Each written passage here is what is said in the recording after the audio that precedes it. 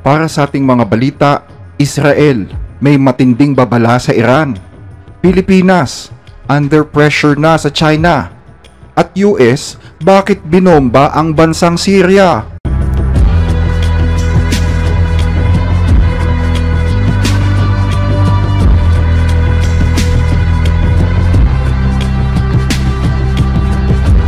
Nagbabala kahapon si Israeli Prime Minister Benjamin Netanyahu sa bansang Iran, yan ay patungkol sa plano nitong magsagawa ng ikatlong pag-atake sa Israel.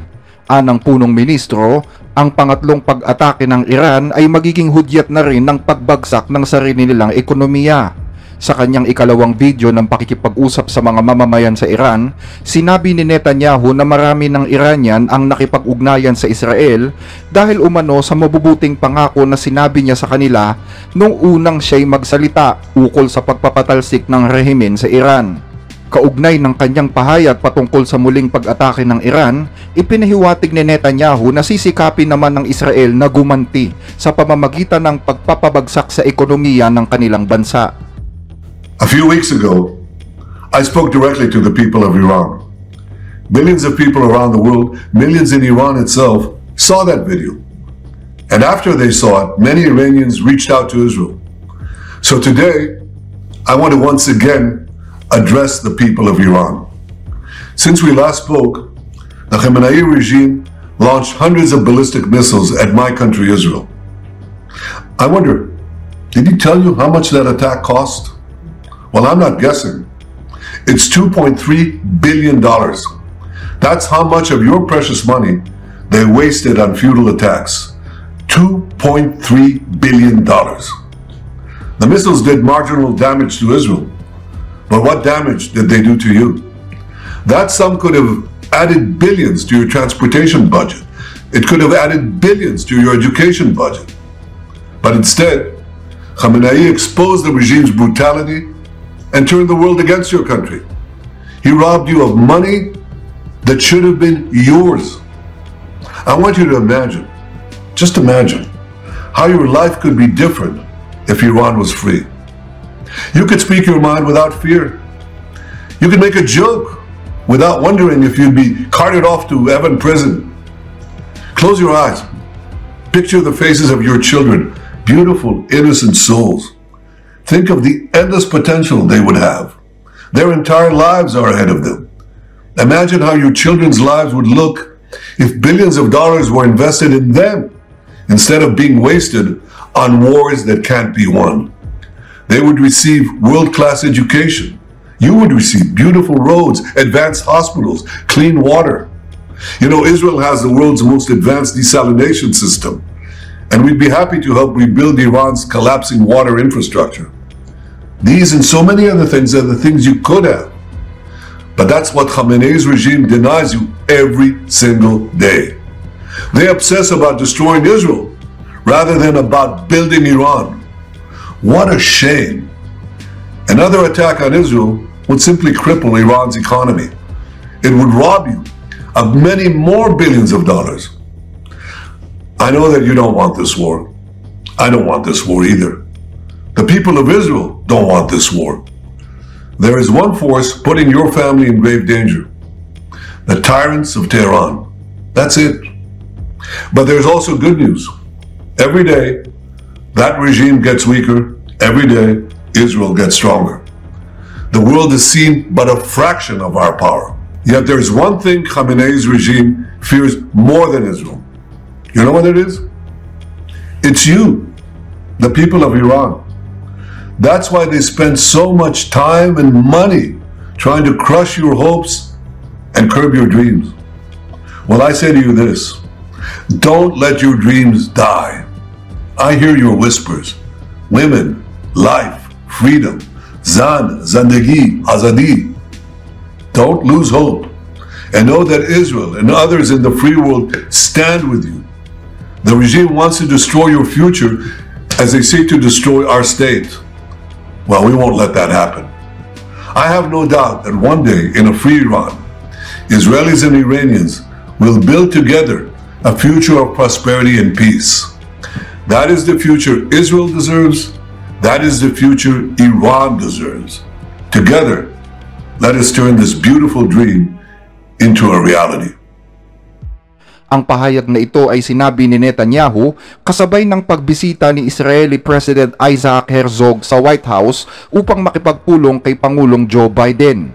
Idiniin ni Herzog kay Biden ang panganib na dala ng bansang Iran at ang kahalagahan ng pagbuo ng deal upang masiguro ang pagpapalaya sa natitirang 101 mga hostages.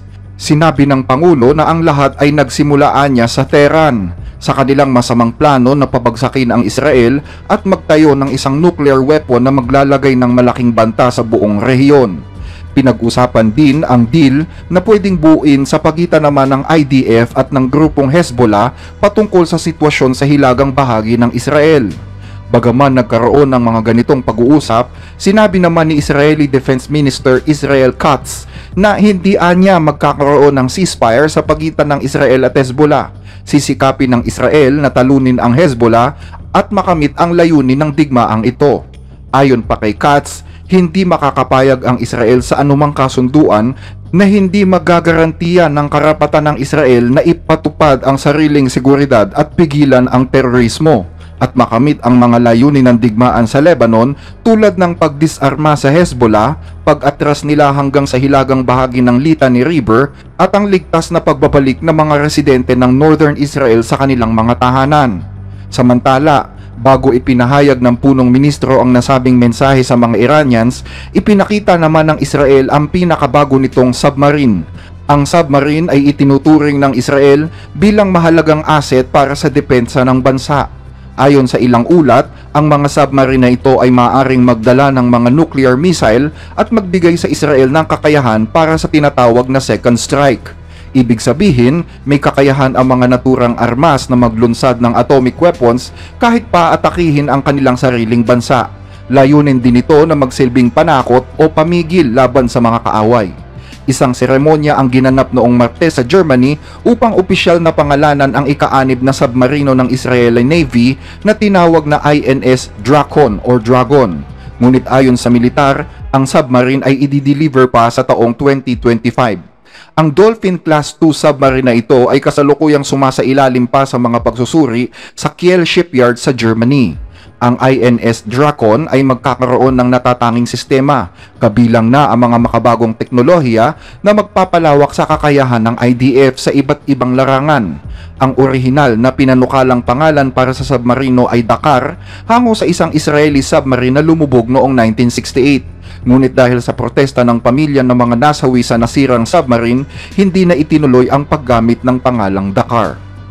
Sa ibang balita, pinipressure na umano ng bansang China ang Pilipinas na isuko nito ang lahat ng kanyang karapatan at soberanya sa South China Sea o mas kilala bilang West Philippine Sea. Yan ang naging pahayag ni Defense Secretary Gilberto Teodoro nang makipagpulong siya sa kanyang counterpart sa Canberra, Australia. Ang ikalimang pagpupulong na ito ay unang isinagawa noong Agosto 2023 at nagpapakita ng lumalalim na ugnayang pangsiguridad sa pagitan ng Pilipinas at Australia na parehong nababahala tungkol sa aktibidad ng China sa daanan ng tubig na inaangkin ng Pilipinas at iba pang mga bansa sa Timog Silangang Asya. Pagkatapos ng pagpupulong nila ni Richard Marles, Defense Minister ng Australia, sinabi ni Teodoro na nakikita ng pamahalaan ang tumitinding paghingi ng Beijing na isuko na ng Pilipinas ang ating mga karapatan sa lugar. Dagdag pa niya, ang Pilipinas ay biktima ng agresyon ng China.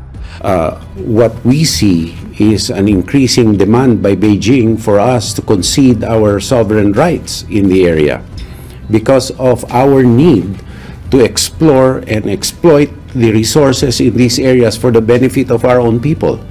And that is clear. We don't need to enter into a geopolitical nexus for determining the root cause of the problem because we are direct victims of Chinese aggression in this and in a concentrated area thus far in the West Philippine Sea. To answer your question, I really don't expect some sort of a statement from Mr. Trump. Hopefully not. I really don't have any preconditions or any assumptions as to what will be the outcome of his administration except on what we are working on institutional ties this time. Matatandaan na noong Setyembre 2023, nilagdaan ng dalawang bansa ang isang strategic agreement at pagkatapos nito ay nagsagawa rin ng isang joint sea at air patrol sa South China Sea. Ang Pilipinas ay sumali rin sa War Games ng Australia ngayong taon sa kauna-unahang pagkakataon. Kaugnay ng balitang ito, sinabi naman ng tagapagsalita ng Ministry of Foreign Affairs ng China na gumawa ang Beijing ng mga hakbang upang ipakita ang kanilang karapatan matapos umanong unang lumabag ang Pilipinas sa kasunduan. Sinabi ni Lin Jian sa isang press briefing, kung hindi anya manghihimasok at magpapasimula ng kaguluhan ang Pilipinas, wala nang magiging paglala ng sitwasyon sa dagat. Matatandaan na madalas na nagkakaroon ng alitan ang China at Pilipinas sa mga pinag-aagawang bahagi ng South China Sea ngayong taon, kabilang na ang Scarborough Shoal na isa sa mga pinakakontrobersyal na lugar sa Asya. Noong linggo, inanunsyo ng bansang China na nagtakda sila ng baseline para sa territorial waters sa paligid ng Scarborough Shoal. Yan ay bilang tugon sa pagbuo ng dalawang batas ng Pilipinas na nagtatakda naman ng mga sea lanes at maritime zones upang palakasin ang territorial claims nito sa South China Sea. Ayon sa National Maritime Council ng Pilipinas, naglabas sila ng pahayag noong Martes na tutol sila sa pagbuo ng baseline ng China at inakusahan ang Beijing ng paglabag sa soberanya ng Pilipinas. Sinabi ng Council na ang pagtatayo ng mga baseline ng China sa paligid ng shoal ay pagpapatuloy lamang umano ng illegal na pag-aangkin nito na nag-umpisa pa noong 2012. At bilang bahagi naman ng pagpapalakas ng depensa at ugnayan sa mga bansang tulad ng Australia at Estados Unidos, ang Pilipinas ay nagbabalak ngayon na gumastos ng mahigit sa $33 billion para sa pagbili ng mga bagong armas, kabilang ang mga advanced fighter jets at mid-range missiles. Sinabi rin ni Australian Defense Minister Richard Marles na nais ng Australia na mas palawakin pa ang kooperasyon para sa industriya ng depensa sa Pilipinas. Magpapadala ang Australia ng isang engineering assessment team sa Pilipinas sa unang bahagi ng susunod na taon upang magbigay ng masusing pagsusuri at suporta sa mga hakbang na paigtingin ang depensa ng bansa. Sa karagdagang balita, binomba kahapon ng US ang siyam na mga target sa Syria na may kaugnayan sa bansang Iran. Dalawa sa mga targets na ito ay bilang pagbawi umano ng US sa pag-ataking ginawa laban sa mga tropang Amerikano sa nakaraang 24 na oras. Tinarget din ang ilang mga pasilidad na may kaugnayan sa Iranian Revolutionary Guards Corps bilang tugon naman sa pag-atake sa mga tropang Amerikano na mga teroristang grupo mula sa Syria at Iraq.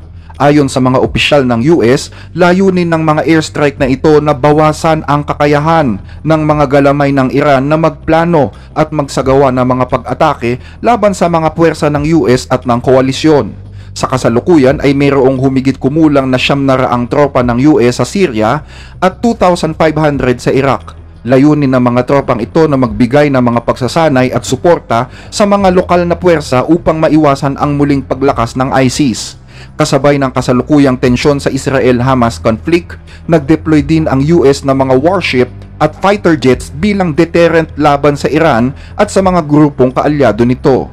Bukod pa rito, tumulong din ang mga puwersang Amerikano sa pagharang sa mga projectiles na ipinadala mula Iran patungong Israel ngayong taon. Nangako naman ang Tehran na maglulungsad ng pangatlong ballistic missile attack bilang ganti sa Israel airstrike noong nakaraang buwan na tumarget sa kanilang mga military sites. Ayon naman sa Syrian Observatory for Human Rights na nakabase sa United Kingdom, 4 na miyembro ng mga armadong grupong suportado ng Iran ang napatay noong Lunes at 10 iba pa ang malubhang nasugatan nang atakihin ng mga jet ng International Coalition ang isang headquarters sa Al-Mayadin sa kanlurang Syria sa bahagi ng Deir az-Zor. Iniulat din ng state media ng Iraq na inatake ng Israeli Air Force ang isang convoy sa Shamsin area na nasa mga 20 kilometro mula sa hangganan ng Lebanon. Ang pag-ataking ito ay nagresulta sa pagsasara ng mga pangunahing highway ng Syria na kumukonekta sa Damascus at Aleppo na isang mahalagang ruta para sa bansa. Sa ngayon ay wala pang iniuulat na mga casualties hinggil sa insidente ng convoy attack. at hindi rin nagbigay ng karagdagang detalye ang state television ng Syria tungkol dito. Gayunpaman, ang lugar kung saan nangyari ang pag-atake ay kilalang taguan ng mga refugees na tumatakas mula sa mga pag-atake ng Israel sa Lebanon. Ang mga refugees ay karaniwang dumadaan sa mga lugar na tulad nito upang makaligtas mula sa mga labanan sa kanlurang bahagi ng rehiyon. Hanggang dito ang ating mga balita. Maraming salamat po sa inyong pakikinig.